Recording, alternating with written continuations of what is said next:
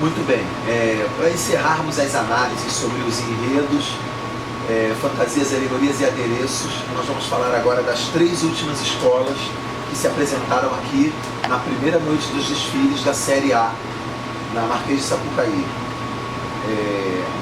Concluindo aqui essa parte, vamos falar da Parque Curicica, que eu acho que foi a escola que teve o pior desempenho de todas as que se apresentaram aqui hoje.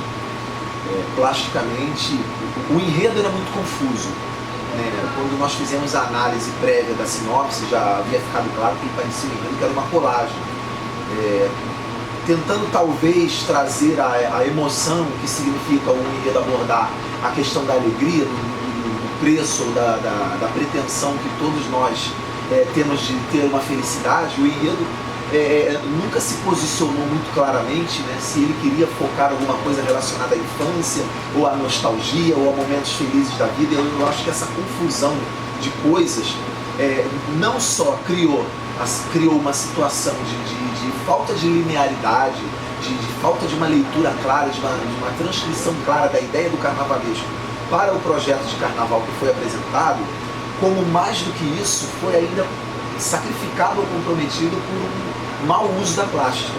Os carros alegóricos não tinham bom acabamento, o uso de cores, principalmente, pareceu assim muito confuso. Então, aquela visão que a gente tem da escola, quando a gente analisa os quesitos plásticos, a gente procura observá-los de perto para ter uma noção da sua leitura, da sua tradução, do seu vínculo, né, com a proposta de enredo e do seu acabamento. E uma visão conjunta para a gente ver como é que existe uma harmonia entre as cores, entre as formas, a volumetria. Tudo isso me pareceu muito comprometido. A escola não conseguiu realizar o enredo de forma clara e não conseguiu realizar a plástica também de forma agradável. Eu acho que a apresentação da Curicica ficou bem abaixo, inclusive, do padrão que a gente viu e tem visto dos desfiles de Série A, né? E logo depois veio o Estácio de Sá. O Estácio fez uma passagem bonita, uma passagem tocante pelo peso que essa escola tem, né? É uma daquelas escolas que a gente diz que não pertencem a esse grupo, as escolas que passam aqui, mas que não pertencem a esse lugar.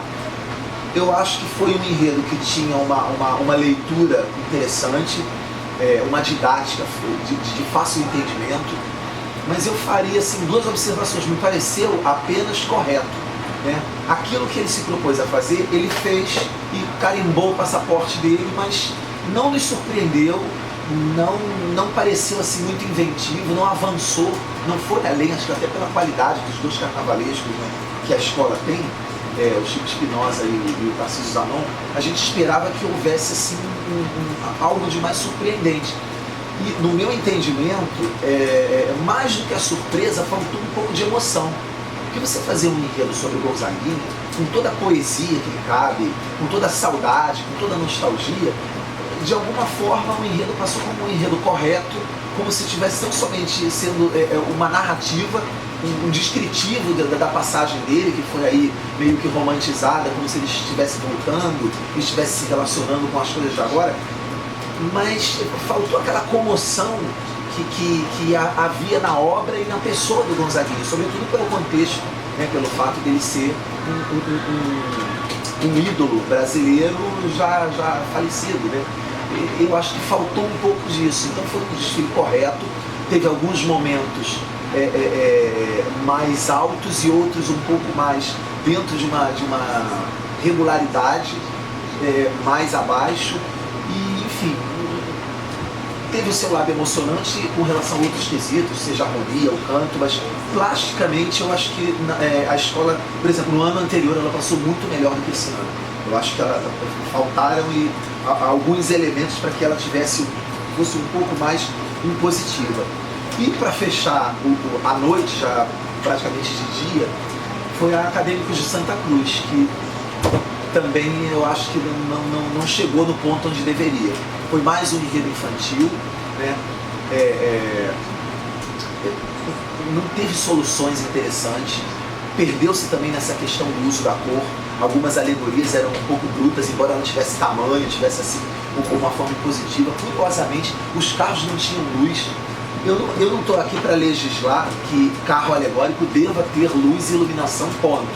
Eu estou aqui como alguém que analisa isso, que vê que hoje é uma tendência, né, que se tornou um padrão. Todas as escolas trabalham com iluminação e os carros da Santa Cruz, praticamente todos estavam sem iluminação nenhuma. Havia algumas soluções que eu achei de um gosto muito duvidoso, como por exemplo a ala que trazia o Pequeno Príncipe, que é um personagem tão nobre, um personagem clássico, né, da literatura infantil, uma referência imediata. O traje em si até era interessante, mas o chapéu que representava o cabelo do personagem, que é muito específico, em alguns momentos aquilo parecia um cérebro, tinha assim um desenho estranho. Eu estou usando só um exemplo de algumas outras soluções que também não me pareceram felizes. Havia uma didática, porque o enredo era de fácil entendimento, né, abordando essa coisa do universo infantil que a gente viu várias vezes aqui hoje, mas eu acho que as soluções não foram muito ousadas, não foram muito reverentes, e plasticamente também havia um problema ali de acabamento e de uso de cores, né?